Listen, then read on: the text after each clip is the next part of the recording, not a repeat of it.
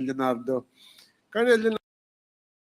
Yeah, oh yes. Oh, the right word is the merong secretariat. Yung kumbaga parang it is what do you call that? A central command wherein there is a secretariat na doon tatawag for the reward money. Have you heard about the word secretariat na centralized? May naririnig lang po ako, Mr. Chair, pero ganun din po, wala po akong personal knowledge. Okay, dito po sa affidavit ni Ms. Rohina Garma, binabanggit niya dito yung sa second affidavit, a certain personality. Ang name po niya is Sunny Buenaventura, who have given her a reward money for a certain debt in the amount of 20,000. Meron ka rin bang nabalita tungkol dito sa kay Sunny Buenaventura about giving this reward money?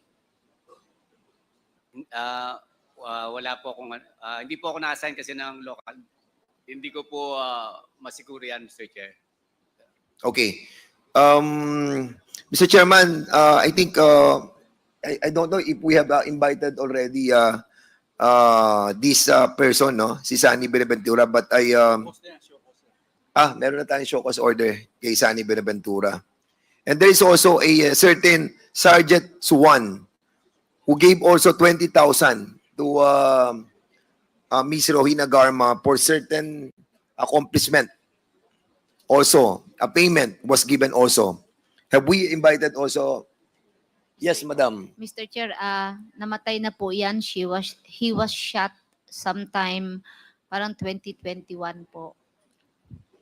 So namatay na si Sergeant Suwan. Opo. How about si Boy Alce? Namatay na rin po, illness po. Cancer. Okay. But si Muking ay buhay pa. Si Muking we have already invited also, no? And cited motion for show cause order ata.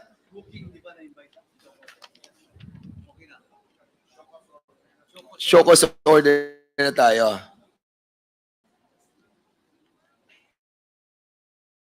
Okay. Ms. Garma, siguro si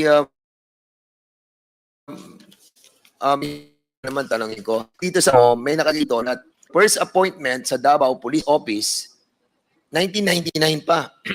Excuse me. January 1999, you were appointed as Chief of Women's Desk sa Davao Police Office, correct? That was second. 1997, 1997, August, HRDD, and then by October of 1997, team leader of the anti-vice.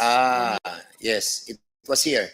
Yes. So, nung after your graduation, nung 1997 August, na-assign ka sa Davao City sa administration of Mayor Mr. Chair. Rodrigo Roa Duterte. At noong 1997 October, appointed ka naman as team leader of the anti-vice unit. Yes, Mr. Chair. At noong January 1999, hindi na si Digong ang presidente. Ang mayor. I think yes, Mr. Si Ben de Guzman. Yes, ang Mr. mayor. Chair. Yes. So in other words, naandun ka na sa Davao for so many years. Yes, Mr. Chair. At doon mo nabalitaan yung tinatawag na Davao Death Squad because you were there since 1997, 1998, 1999. And when you were assigned sa SASA as commander of Santa Ana Police Station from 2012 to 2016, that is 4 years. 4 na taon ka sa SASA. Almost 4 years, Mr. Chair. It's just 3 years and 6 months, I think. So in other words, matagal ka na rin talaga sa Davao na na-assign sa different positions. Yes, Mr. Chair. At dito mo sinasabi sa iyong affidavit, yung mga nasaksihan mo na mga pagpatay sa iba't ibang klase ng mga tao implicated in different crimes with certain amount given after the job was done. Yes, Mr. Chair. Yes, at Mr. Chairman, andito po lahat yun. Is, nagnakaw, akyat bahay, yung mga binabanggit po dito sa affidavit ni Ms. Garma. And amount of 20,000 was given by those personalities that you have mentioned here. And there was also in your affidavit about the 5,000 that are being given every month para sa reimbursement naman na Yes. binibigay ni Yusek Muking. Yes, Mr. Chair. So basically, Mr. Chairman, this is the pattern that was done in the Davao City during the time of the then Mayor Rodrigo Roa Duterte. And ito yung nakikita natin na nangyayari sa buong bansa. And we need these personalities, Muking and si Pedro Parungo, to be here in the next hearing, Mr. Chairman. So, for the meantime, Mr. Chairman, yun po muna at maraming salamat po. Thank you, Congressman Dan Fernandez. Just a short question lang para kay Colonel Leonardo. Colonel Leonardo, I recall that during the time when the President Duterte called all the alleged scalawags in the Philippine National Police, hindi ba nagpatawag siya ng isang meeting sa Malacanang? Sa Malacanang ba yun? Colonel Leonardo? Sorry, Mr. Chair. Yan, mabigat dyan. Wawa naman kumakain muna. Si Garma muna, tanongin mo pa. Sige.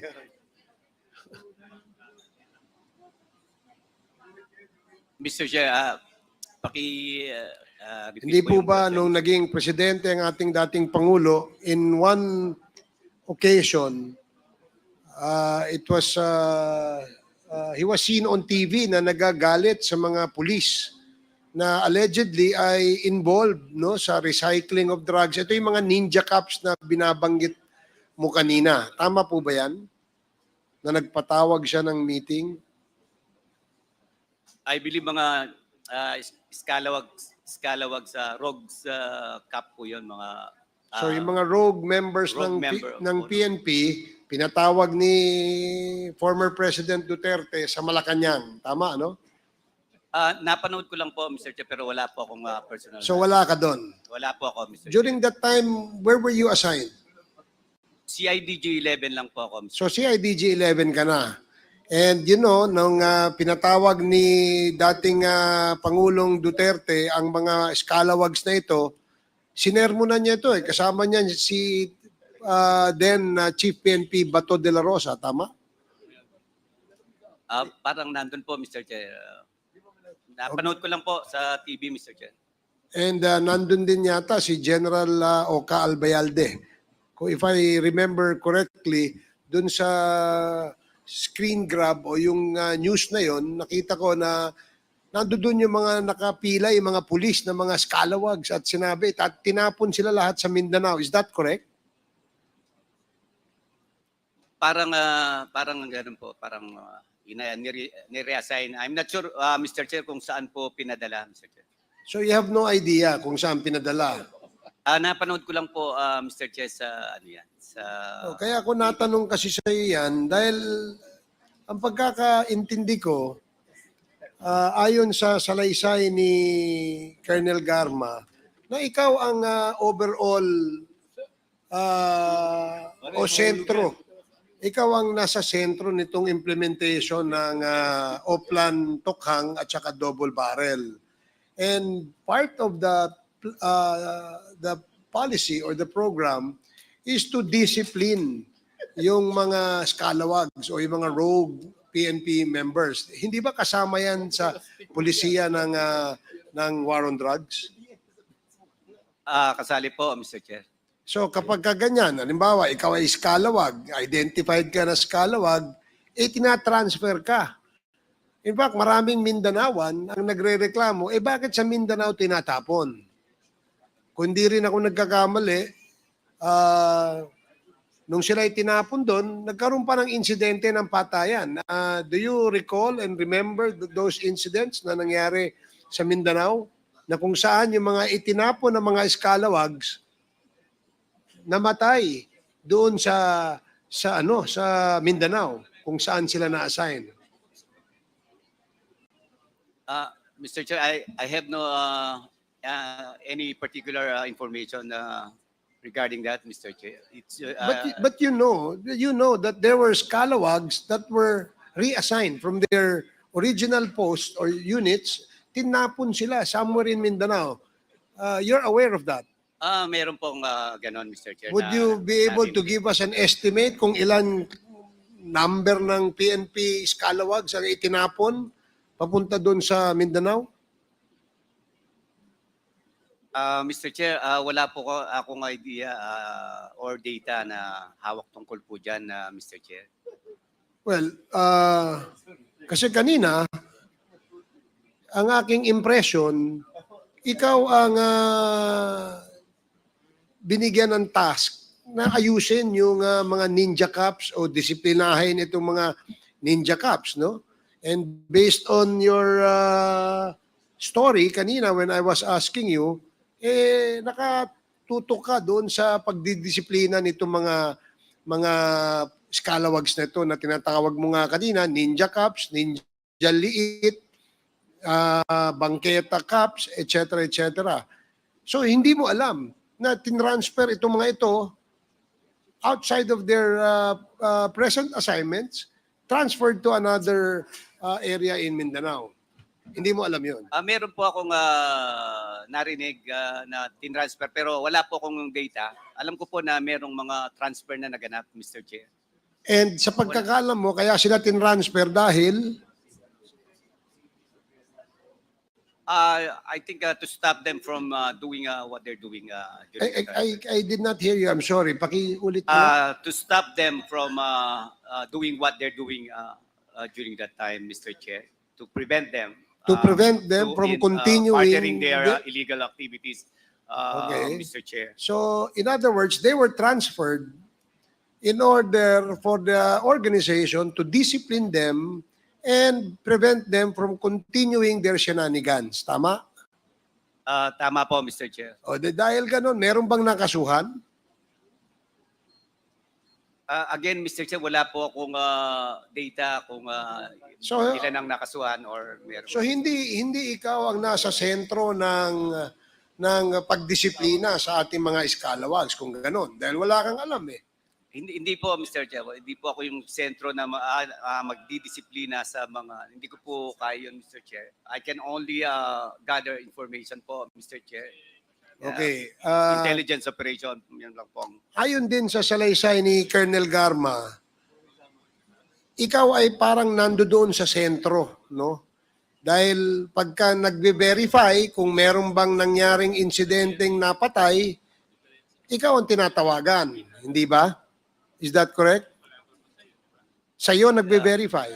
Hindi naman po lahat. Meron lang pong instances na ipapa-verify sa akin, Mr. Chair. Yun lang. May mga instances na nagpapa-verify sa'yo. Pwede bang Opo, malaman pero kung sino nagpapa-verify sa'yo? Gaya ng sinabi ko, minsan po magtatanong sa akin si Den Sapbongo. Sino? Den Sapbongo po, Mr. Chair. Sap Bongo. Opo. And then? Kung, halimbawa, meron pong nangyari, itatanong lang sa akin, anong background nito? Parang ganun, Mr. Chair. Ako naman po, hingi ako ng report, then bibigay ko lang po sa kanya. Yun lang po ang ginagawa. Pagkatapos niyang ma-verify, anong sunod na hakbang ang ginagawa ninyo? Hanggang doon lang po, Mr. Chair. Ako po, tatanungin ko lang po yung region kung meron silang report or hingi lang po ako ng report. Pero kanina kasi, sinabi mo at pinatutuhanan mo yung salaysay ni Colonel Garma na there was a reward money in the implementation of the war on drugs. Sinabi mo yung kanina eh, at sabi mo naniniwala ka at sinasabi mo rin na totoo yung reward money at naririnig mo. Although, hindi mo sinabing ikaw ay nakatanggap ng reward money. Hindi ka ba nakatanggap ng reward money? Hindi po, Mr. Chair. Never? Never po, Mr. Chair. Never? So, kung naniniwala ka na merong reward money, saan ba maaaring nanggagaling itong reward money na ito? Sa iyong opinion. In your expert opinion as a seasoned police officer who is in the thick of the fight against illegal drugs, sa tingin mo, saan nanggagaling itong iyong reward money na sinasabi? Mr. Chair, hindi ko po alam yung kung sa... Hindi mo alam kung saan nanggagaling pero naniniwala ka na merong reward money. Narinig ko lang po, Mr. Chair, yung about sa reward money. Pwede bang ikwento mo sa amin paano mo narinig? At ilang beses mo narinig kung totoong narinig mo lang? Actually, Mr. Chair, narinig ko lang po sa mga... Kanino mo narinig? Sa mga, ano rin po, mga pulis din po na mga kasama ko, Mr. Chair. So in other words, dahil narinig mo siya sa mga pulis na mga kasama mo rin, ang ibig sabihin, may katotohanan na meron talagang reward money. Kahit may kasabihan, if there is smoke, there is fire. Naniniwala ka ba sa ganon, Colonel? Ano po? Ano? Pakiulit po. Wala naman kasing lalabas na kwento, gaya ng nabanggit mo, na naririnig mo. Sabi mo, naririnig mo. Tinanong kita, ikaw ba'y nakatanggap ng reward money? Sabi mo, hindi. Ikaw ba may narinig? Sabi mo, oo. Dahil ikaw mismo nakarinig mula din sa mga kasama mong mga membro ng PNP. Tama? Kwento-kwentuhan lang po, Mr. Chair. Okay. Kung kwento-kwento lang yan, kanino kaya pakisabi mo nga sa amin kung kaninong kwento mo narinig yan? Actually, yung passing na mga kwento lang po, Mr. Chair. Kasi hindi ka panipaniwala na hindi mo alam na merong reward money because may kasabihan, no? If there is smoke, there is fire. Sang-ayon ka ba sa ganon? Opo, Mr. Chair. Okay. Ngayon, dahil alam mong merong reward money at hindi mo naman ito dininay, in fact, nung tinanong ka, pinatotohanan mo na ang sinabi ni Colonel Garma ay may katotohanan. Although, wala kang experience dahil ito'y naririnig mo lamang. Tama? Opo, Mr. Chair. Okay. Now, would you have any idea and can you educate us, kami, no? Doon sa area where maraming pulis o membro ng PNP ang namatay, no? Karamihan sa kanila ay napatay ng riding in tandem. Iba ang balita, ang haka-haka ay napatay sila ng kapwa pulis din nila, no? Bakit kaya nagkakaroon ng ganong klaseng krimen na kung saan pulis ang sunod-sunod na namamatay? Ano sa iyong palagay?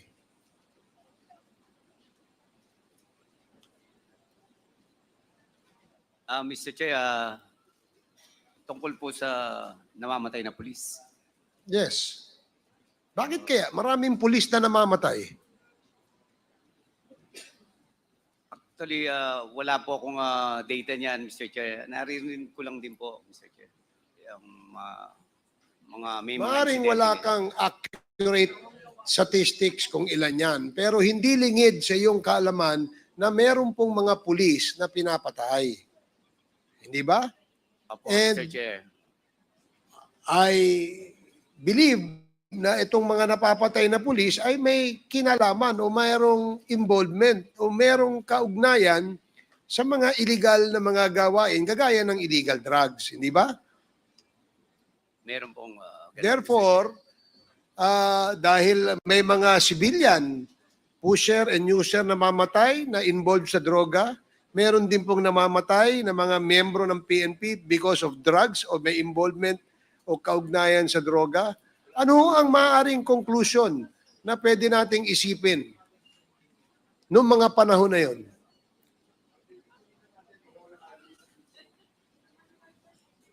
Meron po talaga mga ganong incident, Mr. Chair. Merong? May mga ganong incident po, Mr. Chair. I know. Kasi napapanood mo sa TV, sa news, nababasa mo sa dyaryo, nakikita mo sa social media. Hindi naman tinatago yun. In fact, magugulat ka sa dami. But when I ask you kung alam mo kung gaano karami, mukhang hindi mo alam kung ilan yung exact number. The reason why I'm asking this, Colonel, kasi ayon sa salaysay ni Colonel Garma, ikaw ang nasa sentro nitong implementasyon ng gera kontra sa droga. Civilian ito, pero kung titingnan natin yung records, sila ay merong kinalaman sa illegal drugs. And pardon my ignorance, if I will conclude what I read, what I saw, and what I heard, I would probably say na ikaw ang utak ng lahat ng ito. At kung meron dapat managot, walang iba kundi ang utak. That's why I'm saying, pardon my ignorance. Kasi ito yung aking wala ho akong makuhang tamang basihan sa sinasabi nyo na wala kayong kinalaman. So, ayan, Colonel Leonardo, sa aking palagay, ay marami pa hong dapat patunayan natin tungkol sa kaugnayan ninyo dito sa sinasabi nating war on drugs, which resulted, unfortunately, to extrajudicial killings, either intentionally or accidentally. So, yun lang ang aking opinion. Now, may tatanong din ako kay Colonel Garma. Colonel Garma, ano bang nag-udyok sa'yo na ikaw ay magbigay ulit ng supplemental affidavit? Merong bang nag-pressure sa'yo? Wala pong nag-pressure, Mr. Chair. Wala I'm bang just pumilit sa'yo? Wala po, Mr. Walang Chair. nagtumakot sa'yo? Wala po. Ito ay buong puso mong ginawa dahil sa iyong kagustuhan na maglabas ng katotohanan. Tama po ba? Yes, Your Honor. Okay. Now, sa inyong experience bilang Chief of Police ng SASA, no? Yes, yes. Mr. Under Chair. your watch, would you still remember kung ilan yung namatay? Under your watch. Hindi ko na po maalala, pero definitely more than 4 siguro po. And all these deaths ay may investigasyon More than o may 4. report kayo. Yes, Mr. Chair. Kasi automatic naman yun. Basta Yes. may death o merong insidente, may report naman kagad Yes, yan. sir. di ba? Napaprocess about- din po ng SOCO. What about, do you have any information as to the scalawags in your jurisdiction? Meron ka bang kilala na considered to be a rogue PNP member or a scalawag? Mr. Chair, during my time as station commander, yung pong mga pulis na inaayawan po ng station commander, sa akin po ina-assign. Napapatino naman po. Bakit kaya sila inaayawan sa ibang Ah. station commander? Matitigas po yung ulo kasi, Mr. Chair.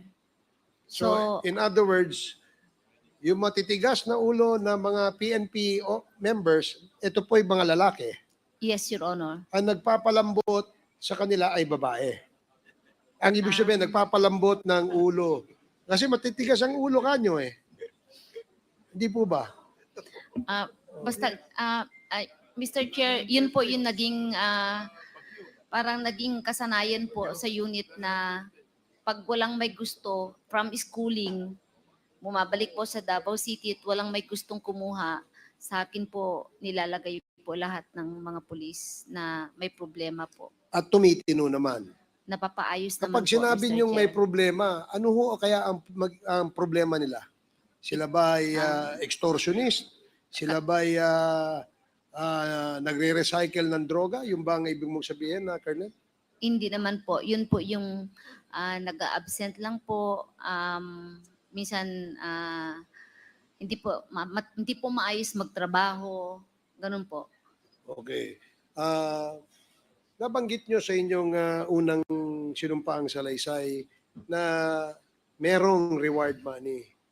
Di Yes, po ba? Mr. Chair. Kayo ba yung nakatanggap ng reward money? Yes, Mr. Chair. Pwede bang malaman magkano iyong natanggap? At kung bakit ka nabigyan ng reward money? 20,000 lang po yung Para sa anong reward yon? Anong accomplishment yon? pag pong namatay po yung involved sa illegal activity po. Ito ang sinasabi mo, ang pusher. Pusher or other criminals po na habitual or recidivist, meron din po binibigay po kung Basta patay.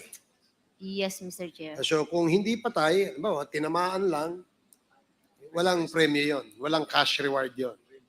Wala po, Mr. So Chair. yun ang sinasabi nyo na reimbursement lang ng operational expense. Yes, Mr. Chair. Now, who determines, as to your, sa iyong experience, who determines kung sino ang dapat mamatay? Wala pa, Mr. Chair, kung minsan hindi naman napaplano kasi result siya ng police operation and nababalita naman po sa news. So automatic tatanungin lang naman, sa area mo ba yan, ma'am? O sir, sa area mo ba to? Tatanungin yung background no namatay. Yun lang po ang determination. And then, But as far as so ang I'm- ibig sabihin, kahit to, walang kinalaman ang pulis, basta may namatay sa area nyo, may reward yon. hindi naman po, i-validate, i-confirm naman po So ng you have to- territorial police. You have to tell the person that is validating the incident that kayo ang gumawa nun. Under, ganun po, So it is an kailangan encounter aminin sa nyo police. na kayo ang nag-operate at kayo ang nakapatay doon, kaya para kayo ay may reward. Ganun po yung sistema, Mr. Chair. Okay. Sa buong karir mo sa PNP, Colonel Garma, how many times have you received a reward money? Parang 3 o 4 na beses lang po yun, Mr. Chair. So pagka nakakatanggap ka ba, ito'y binabahagi mo rin sa iyong mga kasamahan? O para sa iyo lang yun? Binibigay ko diretso dun sa mga nag-operate po, Mr. Doon Chair. sa mga nag-operate. Yung Yes, baga, Mr. Chair. yung trigger man. Team kasi when they move, like, ngayon araw na to, ito yung team ng operatives, ganun po. And then, ganun po ang ginagawa ko po. So ang reward is shared by, mabuti kung lahat ng hepe kagaya mo. Di ba? Sinishare ka nyo. Sabi mo, sinishare mo, binibigay mo sa operatiba. Yes, Mr. Di Chair. ba? At don't you think that particular gesture encourages them more to kill?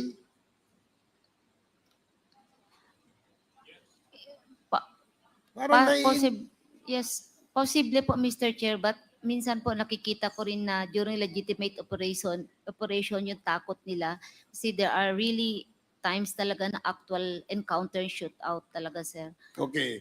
So talagang And, hindi naman natin sinasabi actual. na walang encounter, na walang nanglaban. Kasi gaya nga ng lagi natin sinasabi, basta drug lord, hindi naman magpapahuli ng buhay yan. Lalaban yan. What is appalling is the fact that people who die are the street peddlers of drugs. Ito yung mga small-time pusher. Ito yung mga small-time users. Kaya nakakalungkot eh. Di ba? Buhay yung mga drug lord na nagbebenta at nagdadala ng droga, patay yung mga nagbebenta ng droga para sa kanila. And to me, just like what I shared in my opinion with Colonel Leonardo, my opinion also is that because you were complicit in granting rewards, it now inspired the operatives and other rogue police officers to do more so that they can earn more. Yun ang nakakalungkot na ano dito sa usapin, dito sa war on drugs na ito. Hindi po natin sinasabing hindi maganda ito. Maraming achievements ang war on drugs ito. Ang hindi maganda ay marami ring namamatay.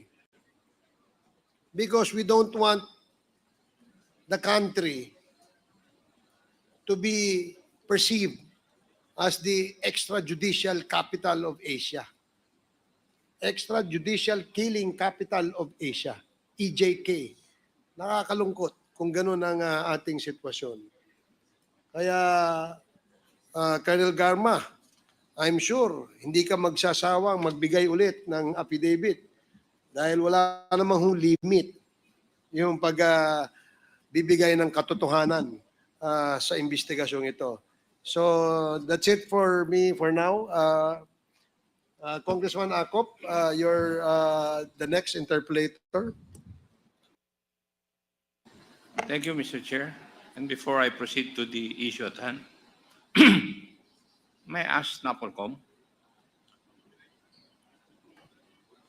yung po bang administrative cases doon sa Baybay Leyte Detention Center on appeal? Yeah, yes, Your Honor. Yes, sir. Yung administrative aspect of the case. Yes, sir. Yes, Your Honor. Yes, sir. Ang nag-appeal sila Sila po. Sila po. na dapat hindi ma-demote. Ganun po ba? Yes, Your Honor. Now, would it be true if the administrative case is on appeal, it means that the case is reopened altogether Yes, Your and Honor. heavier penalties can be meted out? Yes, Your Honor. Yes. It can be done that way. sir. Depending on the pieces of evidence that would be submitted or gathered. Yes, Your Honor. So pwedeng hindi sila ma-demote, pwedeng dapat sila ma-dismiss from the service. Yes, Your Honor. As soon as we get the records from the NBI, it can corroborate the existing evidence, Your Honor. Thank you. Thank you, Vice Chair. Colonel Garma, na-mention po niyo sa inyong affidavit, first affidavit, na pinatawag kayo po ni former President Duterte, May of 2016. And ang requirement niya, ihanap mo siya ng opisyal na membro ng INC who is a good intelligence officer. Tama po ba? Yes, Your Honor, Mr. Chair. Would you know if yung sinabit mong pangalan nag-report kay former President Duterte? Yes, Your Honor. Yes. And Yes. sino po yung official na yun? Nirekomenda po ninyo? Colonel Leonardo po, Mr. Chair. And before I proceed further, Colonel Garma, tumawag na po ba sa iyo si former President Duterte? Tumawag po. Tumawag? Tumawag na po ba Dito. siya sa iyo? Yes, Mr. Chair. How many times? Once po, Mr. Chair. Ano po ang pinag-usapan ninyo kung po pwedeng malaman? He explained to me yung pong pinaintindi niya sa akin kung bakit Iglesia ni Cristo yung pinahanap po niya, Mr. Chair. Okay. And Colonel Leonardo, kayo po ang in-endorse ni Colonel Garma kay Presidente. Did you have a meeting with the President in July of 2016? Actually, na-meet ko po siya last week of June, Mr. Chair. Ha? Na-meet ko po, No, did you have a meeting after Colonel Garma has endorsed your name to the former president that you met with the president sometime in July 2016? ang pagkakalam ko po, Mr. Chair, last week of June, Mr. Chair. Hindi ba last week of May?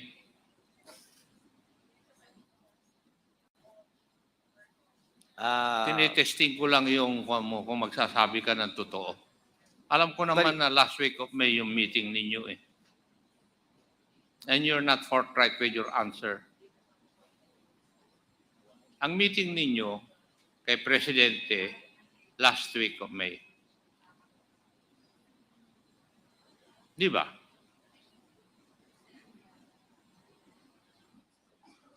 Tama? Ay, check po, parang may ano po, may meeting po kami nga, may din po, Mr. Chair. Nung ikaw ay nag-meet with the President, sino po ang kasama nyo?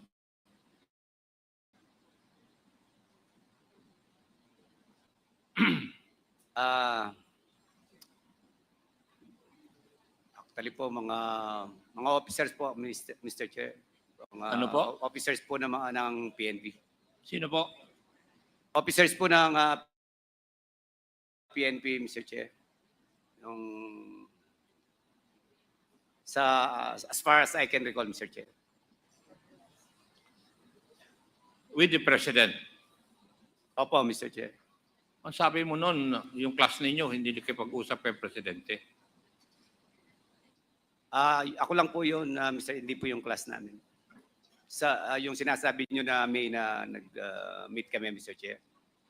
Hindi ba, Colonel Garma, ang sabi mo, sometime in May, doon ka na pinatawag ni Presidente, di ba? At sinabi mo yung pangalan ni Colonel Leonardo. Yes, Mr. Chair. Yes. And a meeting took place dahil kailangan ka ni Presidente eh. Sinabi na nga ng pangalan mo ni Colonel Garma eh. Tapos i-deny mo na nakipag-meet ka na kay Presidente in May of 2016? Opo, Mr. Chair, May. Yes. Pero ako lang po, wala pong ibang kasama. Huwag ka Mr. magsinungaling sa akin. Baka i-charge pa kita ng perjury. You met with the President with some people. And may I know the topic? Ano yung topic ng inyong pag-uusap ni Mr. President o former President? Actually, Mr. Chair, ano lang po kami, ako po, nandun lang, Mr. Chair, parang, ganun lang din po, parang nagpakita lang po, Mr. Chair. Hindi naman po talaga meeting, hindi naman po ako kasali sa mga meeting noon, Mr. Chair. Ibig mong sabihin, hinanap ka ni Mr. President, former President, para lang i-meet ka? Opo, Mr. Yun Chair. lang po. Opo. You want me to believe that?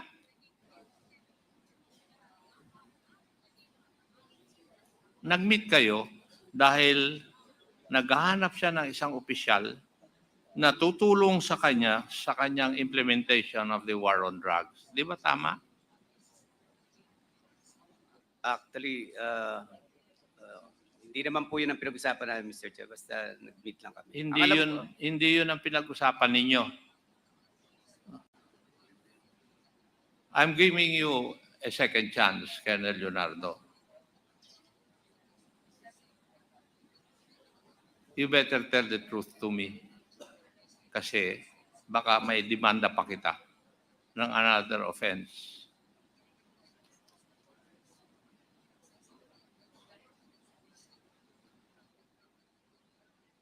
Di ba?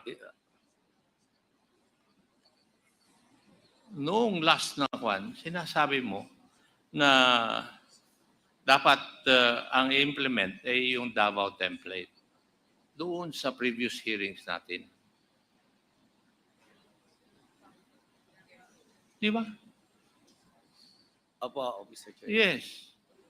And may I know, Colonel Garma, what do you understand by the Davao template insofar as the war on drugs is concerned? Um,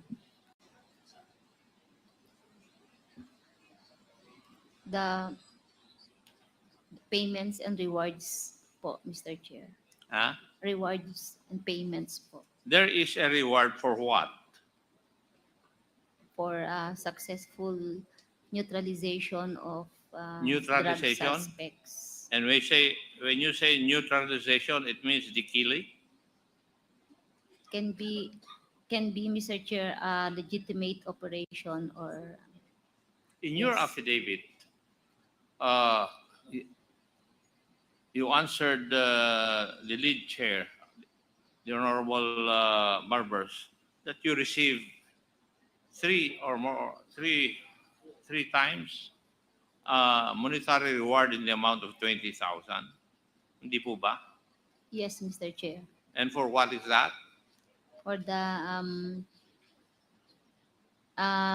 death of the suspects, Mr. So, Chair. you're admitting to this committee na talaga yung Davao template would involve the neutralization of drug suspects and there are rewards for such. Yes, Mr. Chair. Yes. Hindi mo malalaman ito, Colonel Leonardo, because you were never a station commander in Davao City, hindi ba? Yes, Mr. Chair. Yes. That's why hindi kita tinanong dito. Ang tanong ko sa iyo, pinatawag ka ni former president so that you will be able to help him implement the war on drugs on a national level using the Davao template. Hindi ba? Sinabi mo na nga dun sa last hearing natin yan eh. Yes, Mr. Chair. Yes. Now, may I know, do you know when Gerald De La Rosa became the chief NP? July 2016, Mr. Chair. July of Of 2016. 2016. Opo, Mr. Now, when did Gerald Ferro become the AIDG of the Philippine National Police?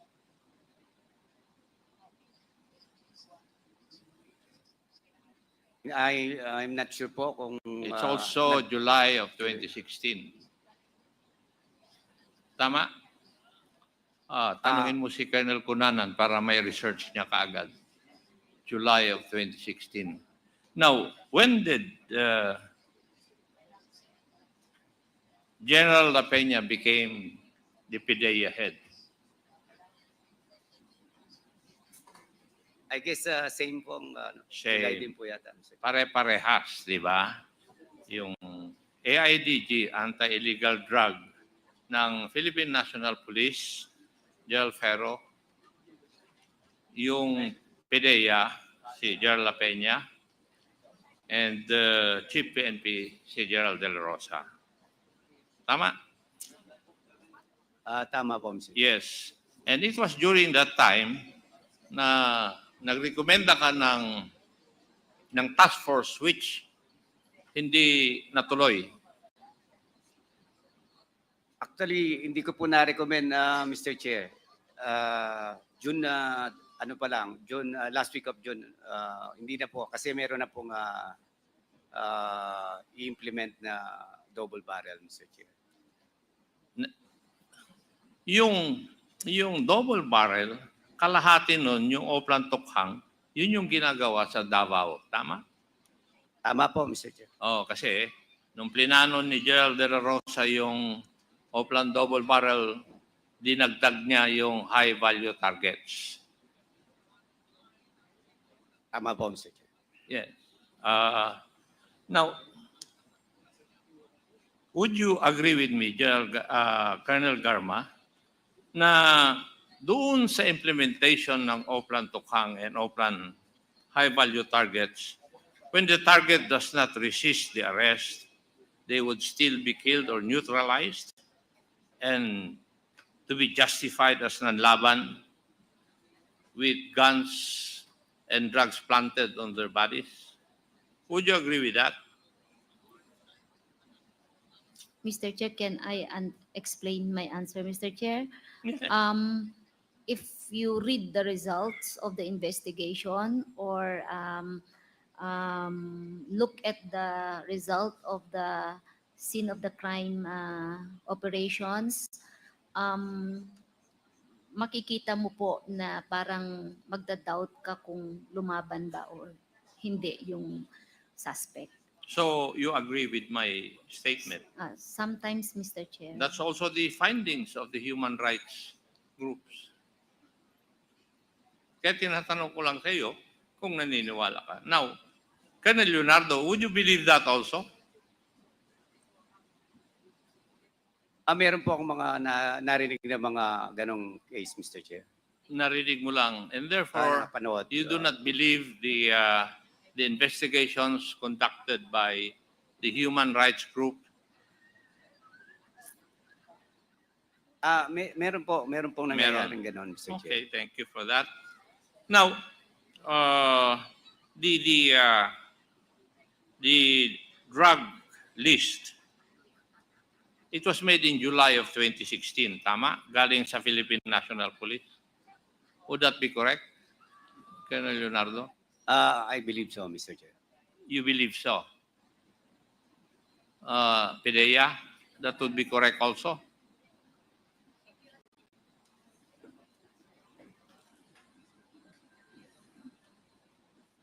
Yes, Mr. Chairman.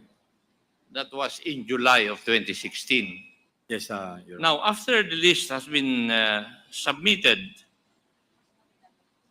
it has been observed that there were numerous extrajudicial killings. Would you agree with me, Colonel Garma? Mr. Chair, yung nga po sabi ko, kung tignan mo po yung result na SOCO, basahin mong report, it is possible, meron po, meron. Hindi. What I'm asking is, after the list, the first list has been made, biglang dumami yung extrajudicial killing according to statistics. Statistics won't lie, Mr. Chair. Numbers won't lie, Numbers Mr. won't Chair. lie. So you agree with my statement. How about Colonel Leonardo? Would you agree with me that after the submission of the list, there were numerous extrajudicial killings? Meron po, Mr. Chair. Meron. And maybe this is because of the pronouncement of the former president and the monetary operational support fund. Di ba? Would you agree? Na kaya dumami nito dahil doon sa pronouncement ng ating presidente noon at saka doon sa monetary or operational reward, fund reward. Tama. Kaya lumakas ang nagka-interest sa mga pulis. Would you agree? I don't have personal knowledge, Mr. Chair. You don't have personal knowledge. You don't have to have personal knowledge. Tignan mo lang yung mga pronouncement noon. At saka yung in-admit nyo na nga na may reward eh. Tapos kailangan pa ang personal knowledge. How about Pidea? Would you agree with that? Now, there was rampant EJ case after the first list was made. That was the indication, Your Honor. Yes, kasi August pa lang, ang dami nang namatay eh. Now, and would you agree with me also, Colonel Garma, Colonel Leonardo, that abuses came about because of the monetary reward? Ang reason nanlaban, natokhang, or naplantingan. Di ba? Lumabas yung mga terminologies na yan sa ating kapulisan eh. Would you agree with me na there were abuses using this these terminologies, nanlaban, natokhang, at saka naplantingan. I believe so, Mr. Chair. Would you also agree with that, Colonel Garma? Yes, Mr. Chair. And Pidea, would you agree with that? Yes, Your Honor. Yes. Kasi nandun naman yung mga statistics eh. Now, ang pinag-aawayan natin ay si Colonel Leonardo, ayaw niyang diretsahin, tanggapin, merong levels of reward. And Colonel Garma, would you admit na merong levels of reward depende dun sa nano-neutralize? Yes, Mr. Chair. Yes. Pedea, would you agree na merong levels of reward? Kasi narinig ko na rin ito sa report ninyo eh. Yes, Mr. According Chairman. to your research. Yes, Your Honor. And only you, Colonel Leonardo, cannot directly admit na merong levels of reward. Bakit kaya? Meron po yung level yung mga nasa list, Mr. Chair. So you are But, admitting that may levels of reward and may reward system. sir, If there are rewards, then there will be a reward system. Tama po ba? ang alam ko po, operational support, Mr. Chair. Oy, call it what you want. Pero kagaya ng sinabi ko kanina, yung reward, yung monetary reward or operational support. Di ba? Yes, Mr. Chair. Meron bang operational support na hindi monetary? Sa tokhang? Matanong ko nga po kayo.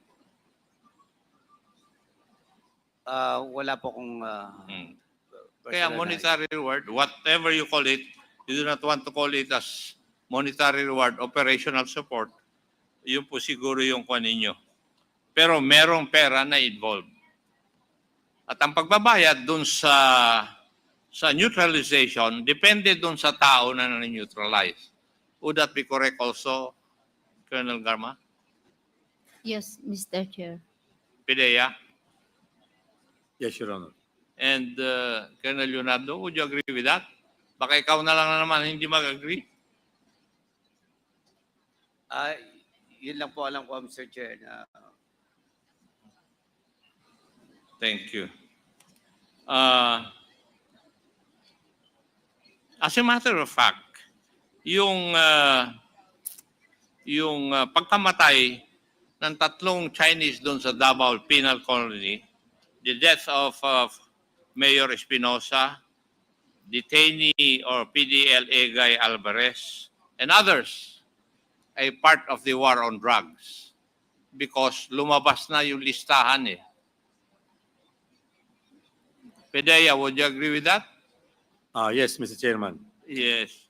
Kasi nandun yung mga namatay na ito nandun sa first list eh. Yes, Your Honor. And you do not know that, Colonel Leonardo.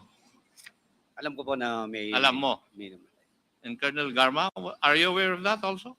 Yes, Mr. Chair. Yes. Mhm. Now, Pedea, are you aware of the incident in 2016 where 10 suspected drug lords were killed in Pasay?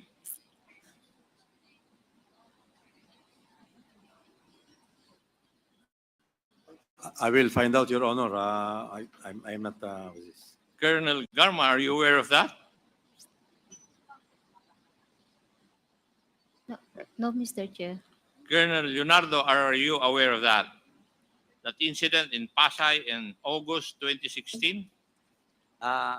hindi po ako aware diyan, Mr. Chair. You do not know that? Negative, Mr. Chair. Ha? Balitang-balita na yung mga gumawa nito, they received 10 million for the 10 suspected drug lords na namatay. And you do not know that? Siguro, Pedea, could you please research on this? We are checking on it already, Your Honor. Yes, thank you. Now, Colonel Garma, You have been assigned in Cebu for how long?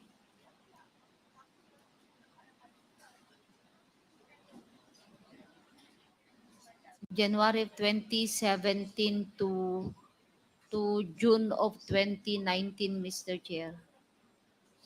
17, 18, 2 years? 2.5 years. 2.5 years? Yes, Mr. Chair. And who was assigned first to Region 7? Gerald Sinas or you? Ako po, Mr. Chair. Okay. Ikaw ang nauna. Yes, Mr. Chair. Now, in your stint in Cebu, how many prominent persons were neutralized, suspected of being drug lords? Marami pong high value mga officials that were killed, Mr. Chair. Not only in Cebu City but nearby cities and towns under the Cebu province po. No. Ang prominent dun ay yung ambush kay Mayor Luot, right? Yes, Mr. Chair. Yes, was then a retired general. Mr. Chair? Retired General Luot became mayor. Yes, Mr. Chair. Na-ambush siya in Malapascua, Cebu. Nung place is that? galing po siya ng Malapascua Island, Malapascua, Cebu. yes, nag-dock po yung boat nila. Yes. And doon din sa Cebu, may mga PDEA agents din na namatay. Would that be correct? Yes, Mr. Chair. PDEA, tuturin ba yun? That you had agents in Cebu who were killed or neutralized? Yes, Your Honor. Yes. So, may I know, Colonel Garma, since you were there, were they part of the war on drugs also? Yung mga killings na nangyari during your 2.5 year stint? I believe, Mr. Chair, they are part because sa mga press release po na may mention na they are in the list. And rewards were also given to those people who neutralized these people. I believe, Mr. You Chair. believe that? Okay, thank you. Mr. Chair, malapit na akong antukin. Pwede po ba? Itigil na natin.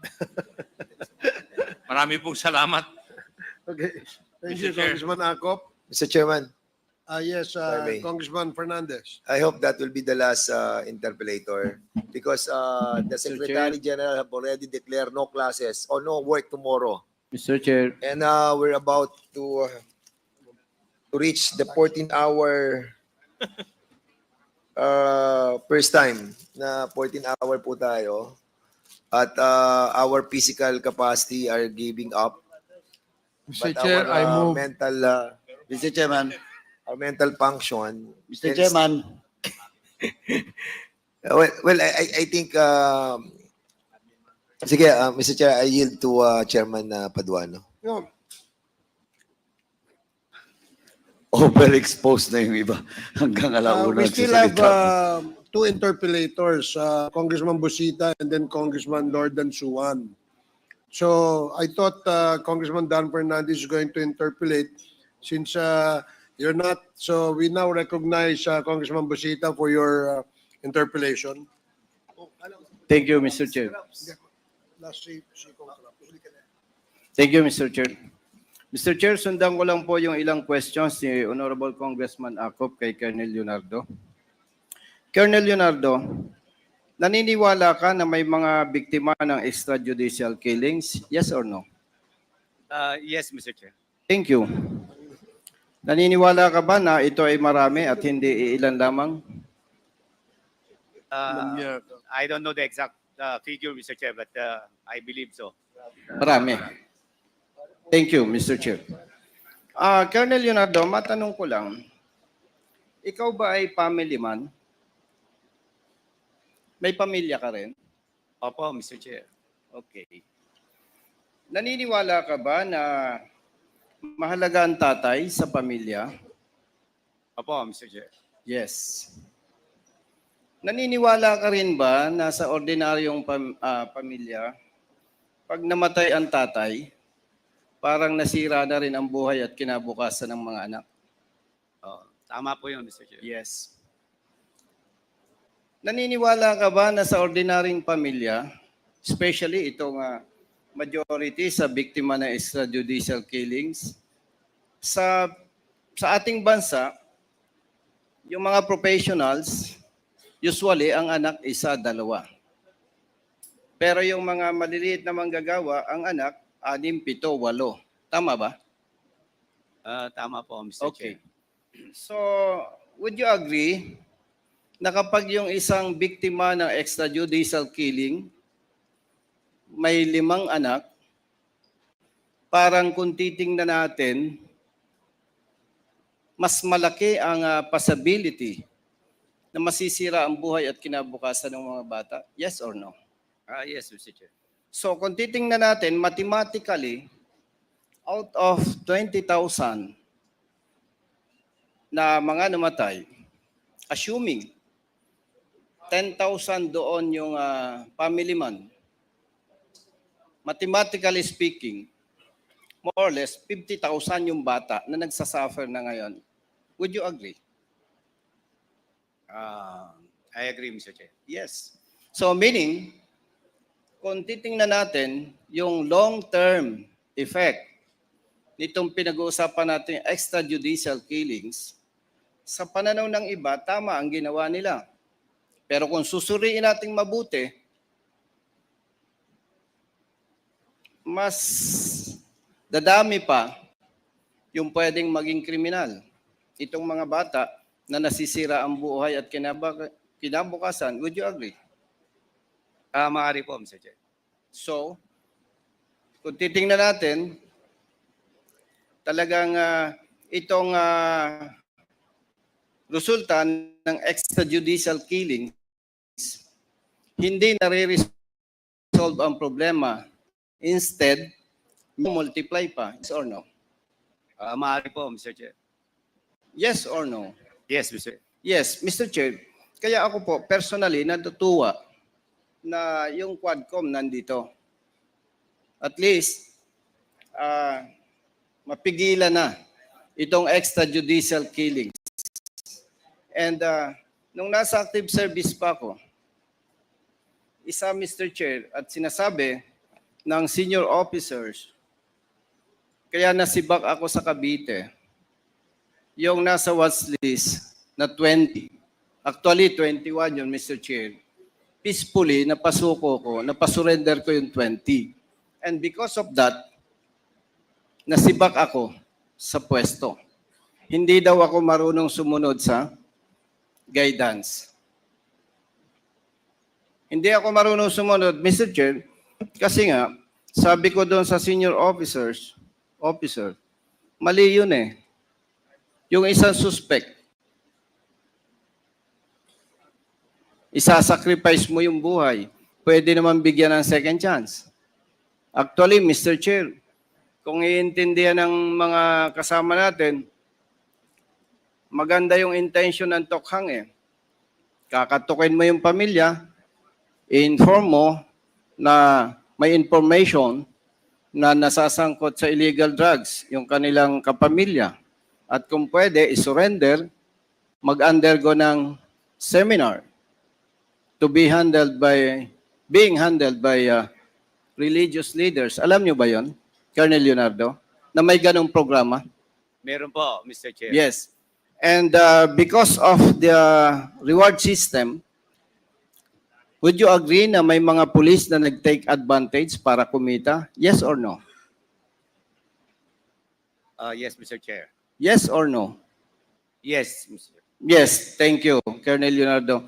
So again, Mr. Chair, napakaganda na na-address ito ng Quadcom. At least, alam ko po, yung mga police na involved dito ay mapipigilan para wag nang gawin pa. Kasi nga po, sabi ko, ang pananaw ko personally, hindi nare-resolve yung problema. Instead, minomultiply natin. Ngayon, hindi pa natin nararamdaman. Pero one thing for sure, Mr. Chair, marami ng bata ang nagsasuffer. Marami ng bata ang nasisira ang buhay at kinabukasan. So again, personally, ako po'y natutuwa, Mr. Chair, na mayroong Quadcom wherein ina-address po itong extrajudicial killings. And based on our hearings, conducted hearings, very clear. Talagang may extrajudicial killings. And Brother Colonel Leonardo, salamat. At least, yung mga tanong ko sa'yo ay sinagot mo ng diretso. Yun lamang po, Mr. Chair. Maraming salamat. Thank you, Congressman Busita. And last interpellator for this morning, Congressman Lord Dansuan. You're recognized. Thank you, Mr. Chair. Colonel Leonardo, before you were appointed as police commissioner, what was your assignment? I was with the DNR, Mr. Chair, as po. Ano po? DNR? Yes, sir, Mr. Chair. But that was after your stint as CIDG chief in Region 11, was it not? Correct po, Mr. Chair. Did you apply for the position of police commissioner or were you recommended for the post? I was appointed, Mr. Chair. I just received a order, Mr. Chair. Would you consider a commissioner of the NAPOLCOM a high position, Colonel Leonardo? Based on salary grade, Mr. Chair, it's higher, Mr. Chair. Okay. Are you a lawyer, Colonel Leonardo? Hindi po, Mr. Chair. Do you have a master's degree or a PhD? Yes, Mr. Chair. A PhD? Yes po, Mr. Chair. Okay. So you had that before you were appointed as police commissioner. Yes, Mr. You were Chair. already a PhD before you were appointed as police commissioner. Yes, Mr. Chair. When were you appointed as commissioner? February 2022, Mr. Chair. February 2022. And who appointed you as commissioner? The former President, Rodrigo Roa Duterte, Mr. Chair. So you must have done something special to be appointed as police commissioner and before that as undersecretary of Environment and Natural Resources. Is that right? I have done many operations when I was with DNR, Mr. Chair. I led the anti-illegal logging task force. When you were an undersecretary Undersecretary, Mr. Chair. and then you were appointed as commissioner of the NAPOLCOM afterwards. I was appointed as Commissioner NAPOLCOM Vice then General Serapio, Mr. Chair. Nag-end po yung kanyang term, Mr. Chair. And then before you were appointed as undersecretary of the DNR, what was your job? I was the regional chief of CIDG 11, Mr. Chair. So you were appointed to all these very high positions simply because you were regional chief of the CIDG Region 11? You expect us to believe that you were appointed as undersecretary and then commissioner of the NAPOLCOM by just being the regional head of CIDG Region 11. Is that so? May I be clarified with a question, Mr. Chair? Do you mean to say that you were appointed to these very high positions, Colonel Leonardo, simply because you were the head of the CIDG Region 11? Or did you do something even more? Was there something more? Was there something special about you that among all the police officers, all the regional heads, you were the one who were appointed to two very high positions? I believe, Mr. Chair, it's just usual for police officers to be appointed as USEC and other position similar to USEC, Mr. Chair. Okay, but those who are appointed are they colonels or are they usually generals? There are a lot of colonels and there are also generals, Mr. Chair, who were appointed in different positions as USEC, ASEC, and other positions, even director, Mr. Chair. You know, your appointment as undersecretary and as police commissioner is very suspect, and it leads me to believe that you must have done something extraordinary for the president to appoint you to these positions. A few more questions, Mr. Chair, just a couple more. Kilala niyo po ba ang mga Parohinogs in Osamis? Do you know them? Kilala ko lang po, Mr. Chair. Do you know Mayor Espinosa also? Mayor Espinosa. Yes, alam ko po, Mr. Chair. And have you also heard of those 3 Chinese drug lords who were murdered? Yes, Mr. Chair. Itong mga binanggit ko, considered po sila na mataas na tier na mga targets, right? Na may malaking bonus pag sila ay na-operate successfully. Is that correct? Would you agree with me? Na I just Yung heard mga binanggit ko, I just mga- heard that they were monetary given to them given, Mr. Chair, as manifested during the previous hearing, Mr. Chair. so kaya po hindi nakakapagtaka na itong mga binanggit ko ay napaslang na. Di po ba? Dahil malalaki yung mga bonus nila pag na-operate sila successfully. I cannot confirm, Mr. Chair. I don't have personal knowledge with regards to this. Sige. Bonus. That's all, Mr. Chair. Thank you, Congressman Suwan. And Congressman Paduano. 1 minute suspension.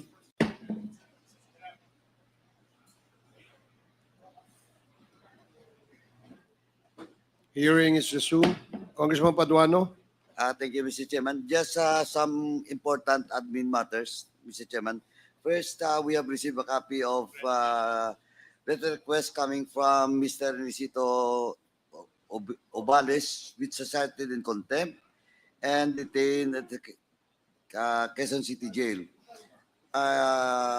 Based on this letter, is requesting to lift the contempt order to him.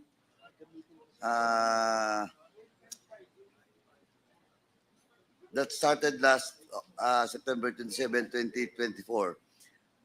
Mr. Chairman, for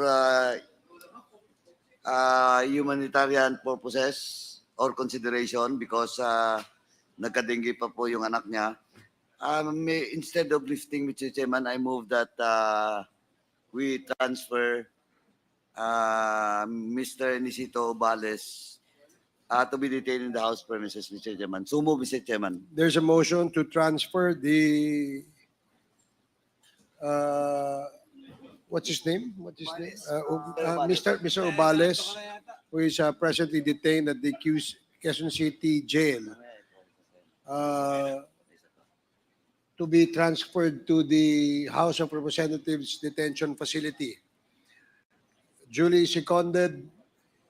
Hearing no objection, the motion is approved. COMSEC, please coordinate with the Quezon City Jail. Have the detained personality be transferred in the House detention facility. Congressman Paduano. Second, Mr. Chairman, we have in receipt a copy of a letter coming from Superintendent Marjorie P. Sanidad, acting superintendent of the CIW, in which Catherine Cassandra Leong is detained. And the content of the letter, Mr. Chairman, is that the CIW is informing this committee that the contempt order for Ms. Cassandra Leong will last on October 24, this Thursday.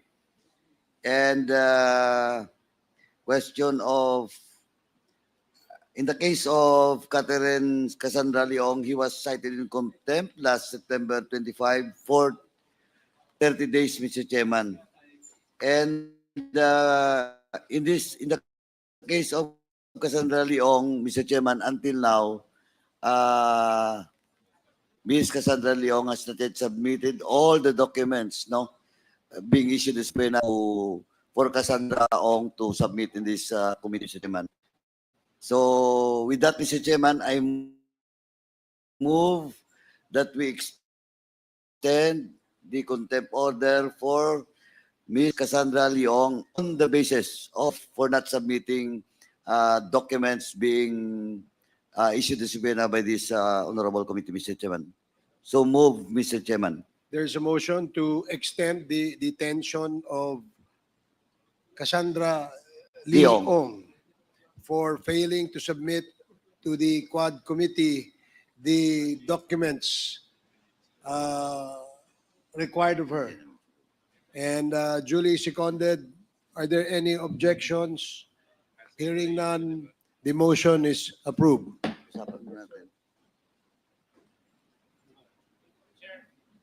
Mr. Chair, can I Mr. ask for a Chairman, 1 minute suspension? We need a second motion, Mr. Chairman, for the period of detention for Ms. Cassandra Ong.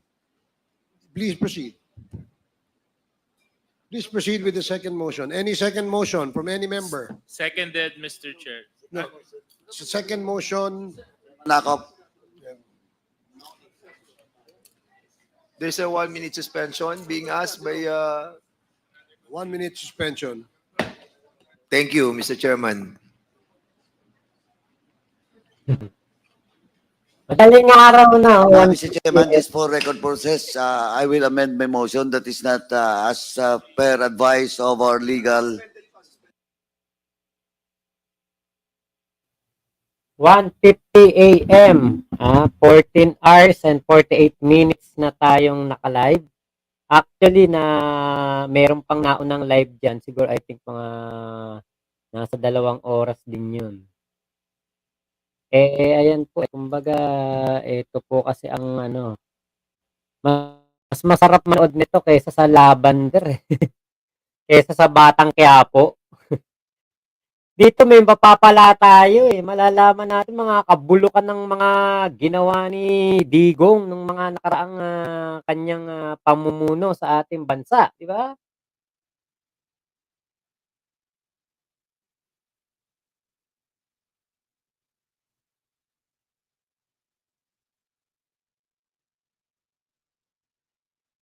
Si Leonardo talaga matibay hindi talaga mapaamin.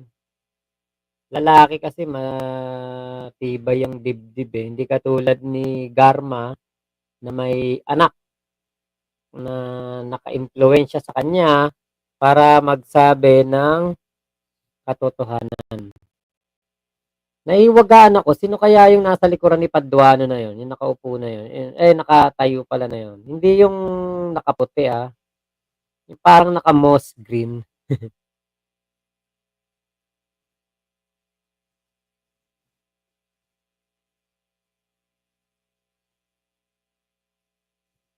Tingin ko si Digong lalong hindi pupunta yon kasi binara agad ni ni Laila De Lima. Hearing is resumed. Congressman Paduano, please. Mr. Chairman, with due apologies, Mr. Chairman, for reconsideration of my first motion, that is not anymore extension, but I move to cite in contempt once again Ms. Cassandra Leong for refusal to submit pertinent documents being required by this honorable committee. So move, Mr. Chairman. If just a point of clarification, are we withdrawing the earlier motion? Yes, Mr. Chair, that's why for reconsideration kasi it was already approved by this honorable committee, Mr. Chairman. Okay, so there's now a motion to cite Cassandra Leong in contempt for failing to submit to the committee all the documents required of her by the committee, which was a subject of subpoena ducis tecum. Any second?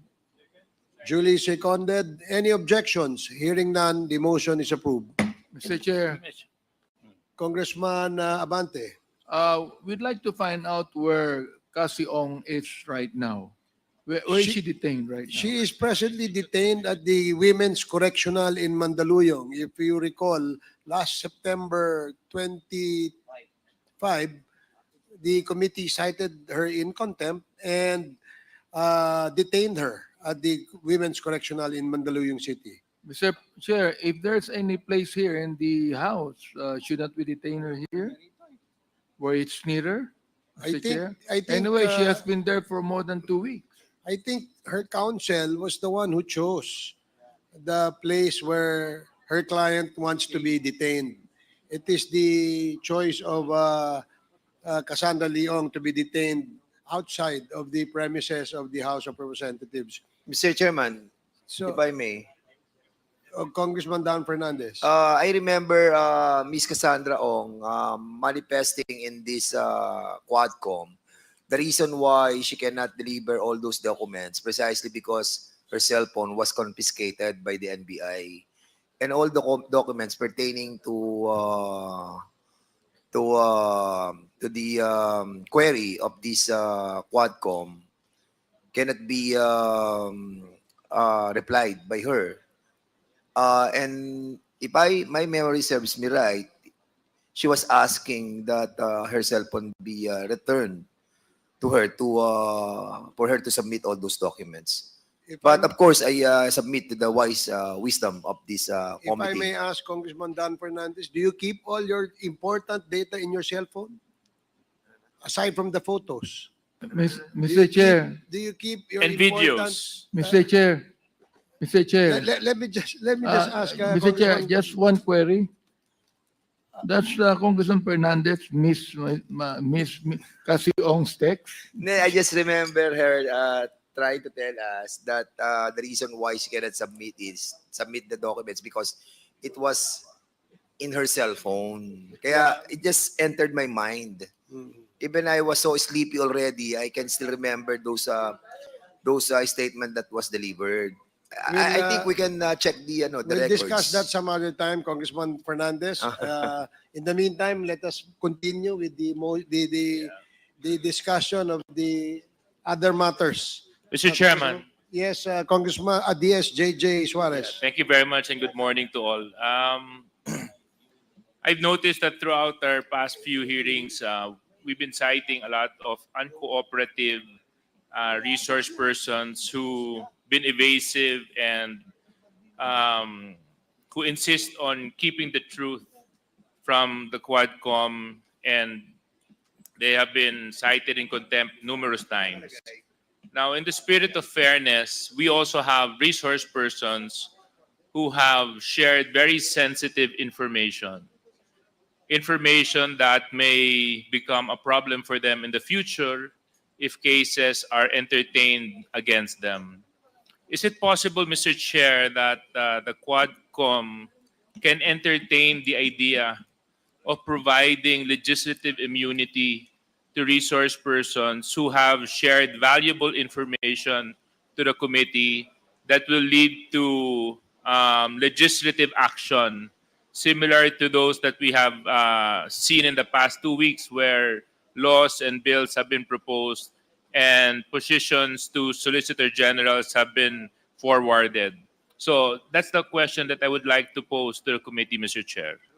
Well, we will have to study that, Your Honor, because granting of legislative immunity is limited only until after we terminate the committee hearings on the said committee investigation. But just the same, since there is a request from the Deputy Speaker the committee will ask the legal department to study the grant of legislative immunity to our witnesses, especially those who have cooperated fully with the investigation being conducted by the Quadcom.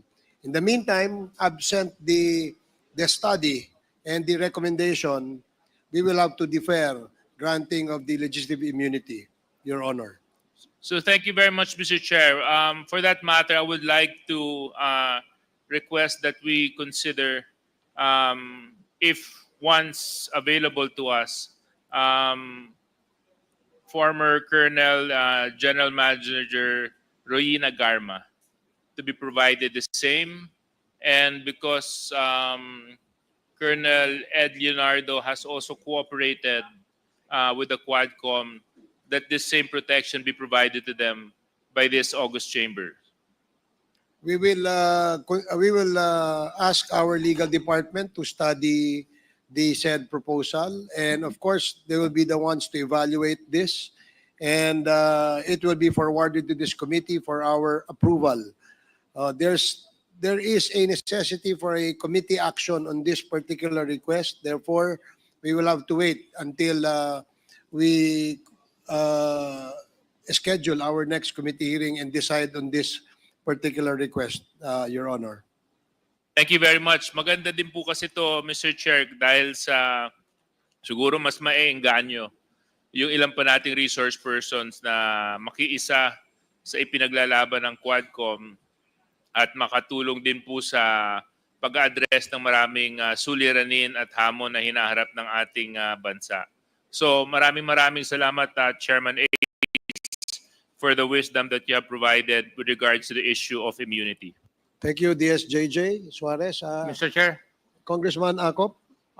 may I move that the Miss Cassandra Ong will continue to be detained at the Correctional Institute for Women until further notice. So moved, Mr. Chair. There is a motion to continue the detention of Cassandra Leong at the Women's Correctional in Mandaluyong. Duly seconded. Any objections? No objections. The motion is approved. Mr. Chair. Mr. Chair, Congressman